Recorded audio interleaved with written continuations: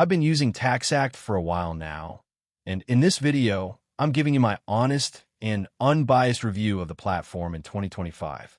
I'll cover everything from its key features to potential downsides. So by the end of this video, you'll know if TaxAct is the right choice for your tax filing needs. Let's dive in. TaxAct is an online tax preparation software designed to help individuals and small businesses file their taxes accurately and efficiently. It's known for offering a user-friendly experience with step-by-step guidance, making tax filing less intimidating, even if you're not a tax expert. One of the standout features of TaxAct is its affordable pricing.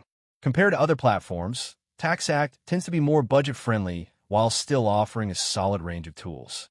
You can access federal filing for free if your tax situation is simple, and there are paid versions for more complex filings, like self-employed or small business owners. Another thing I appreciate is the accuracy guarantee and maximum refund promise. TaxAct double-checks your return and helps you uncover deductions and credits you might have missed, which could maximize your refund. Plus, they offer audit support, which provides peace of mind in case the IRS comes knocking. However, it's worth noting a couple of things. Some users have reported that TaxAct's interface, while functional, can feel a bit outdated compared to flashier competitors. Also, if you need state filing, there is an additional fee, so keep that in mind when calculating your total cost. Overall, TaxAct is a reliable and cost-effective tax software that's well-suited for straightforward tax situations and budget-conscious filers.